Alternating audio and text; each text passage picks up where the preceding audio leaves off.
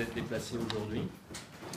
Nous vous invitons parce que nous allons, à la suite des faits dont vous avez probablement entendu parler et qui vont vous être rappelés par Élise, Zakaria et Mamadou, nous allons engager la responsabilité de l'État selon un format qui a été utilisé en avril 2012 et qui s'est terminé, vous le savez probablement, par la condamnation de l'État pour contrôle au faciès en novembre dernier.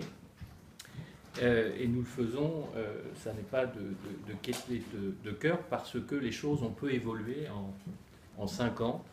On est obligé de constater, ça va vous être précisé tout à l'heure, on est obligé de constater que les autorités ne prennent pas au sérieux nos principes, et nos principes les plus chers. Hein, je pourrais développer sur le plan juridique, mais je voudrais vous dire qu'effectivement, les autorités ne prennent pas au sérieux les droits, mais surtout les droits de ceux qui sont perçus comme liés au quartier, qu'ils se trouvent soit dans leur quartier, soit qu'ils se déplacent sur Paris, en tout état de cause, dans des lieux dans lesquels on ne souhaite pas leur présence.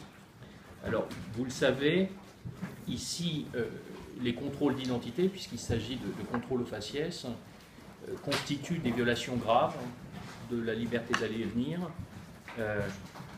De surcroît, quand le contrôle a lieu dans un cadre scolaire, ils vous préciseront, la symbolique est assez forte dans ce dossier, puisqu'ils reviennent de Bruxelles, d'un voyage qui les a amenés, les a exposés aux institutions européennes, aux institutions démocratiques. Et le moins que l'on puisse dire, c'est que le retour à Paris a été plutôt difficile. Et vous le savez aussi, ce parcours, ils ont 18 ans, ils sont jeunes, il faut s'efforcer de le briser parce que là, il s'agit des relations avec la police, mais plus tard, ça sera l'accès au marché du travail, ça sera le logement. Et donc, il faut vraiment mettre un terme à ces discriminations, et utilisons le mot discrimination raciale. Je sais que le mot et le terme choquent, mais il faut dire les choses. Il s'agit de discrimination liée aux origines. Je vous l'ai indiqué, notre société pourtant est prête. Juridiquement, les choses sont calées. La plus haute cour de la République, la Cour de cassation en matière d'ordre juridictionnel privé, a statué et a condamné l'État en novembre dernier pour contrôle au faciès. Vous le savez probablement également, le Conseil constitutionnel a resserré les cas de possibilité de contrôle. Il s'agissait de réquisition du procureur, elles étaient trop larges. Pour autant, l'État ne fait rien, au contraire, il légifère de plus en plus dans un sens de restriction des libertés. Pourtant, on sait, je vous invite, vous les médias, à creuser le peu d'études qui existent en France. On sait que les contrôles d'identité en France sont des contrôles au faciès, mais surtout, on sait qu'ils sont inutiles, coûteux et dangereux. Inutiles parce que, alors on aurait pu tirer avantage des études qui ont été faites ailleurs, notamment aux États-Unis, en Grande-Bretagne, sur le fait que les contrôles de routine ne servent pas à grand-chose. Mais on le sait aujourd'hui, depuis 1 an et demi, les autorités le savent, des études ont été faites dans la région de Montpellier et dans le Val d'Oise. À plus de 95%, les contrôles d'identité ne servent à rien. C'est-à-dire qu'il n'y a pas d'élucidation d'infraction. Quand il s'agit d'infraction, c'est en général des boulettes de shit. Donc imaginez-vous, on pense que les autorités ne savent pas le nombre de contrôles opérés par jour, semaine, année. En revanche, les parlementaires ont quand même parlé en juin dernier de 20 millions de contrôles d'identité. Je vous laisse faire les calculs, 95% de 20 millions de contrôles d'identité inutiles. En termes de budget et de coûts, c'est quand même là un paramètre sur lequel on peut probablement faire des économies et surtout respecter les droits de nombreux de nos citoyens.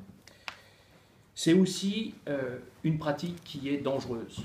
Je ne reviendrai pas, et on est heureux que Zakaria et Mamadou soient là, mais c'est quand même à l'occasion de contrôles que Ziad et Bouna sont décédés. On le sait maintenant, notamment les médias, vous en avez abondamment parlé. on sait maintenant ce que Ziad et Bouna essayaient d'éviter en 2005.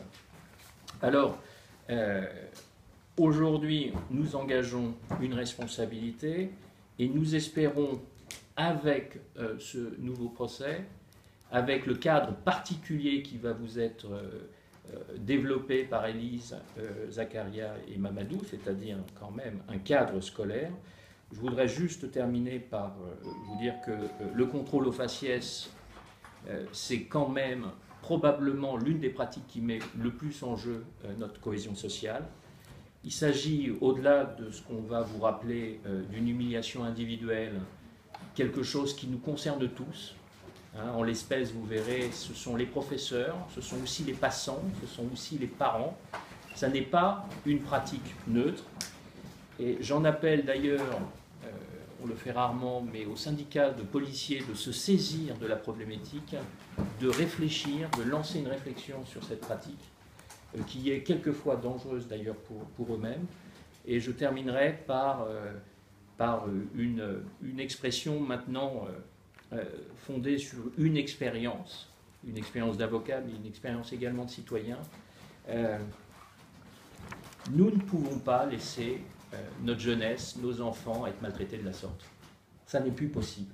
Ça n'est plus possible, d'autant plus que là, on touche dans ce dossier-là à l'un des symboles, à l'une des symboliques de la République, c'est-à-dire notre creuset, l'école. Voilà, et je vous dirais vraiment pour terminer, je me demande quel avenir on peut avoir si on continue à avoir de telles pratiques. Voilà, je vous passe la parole.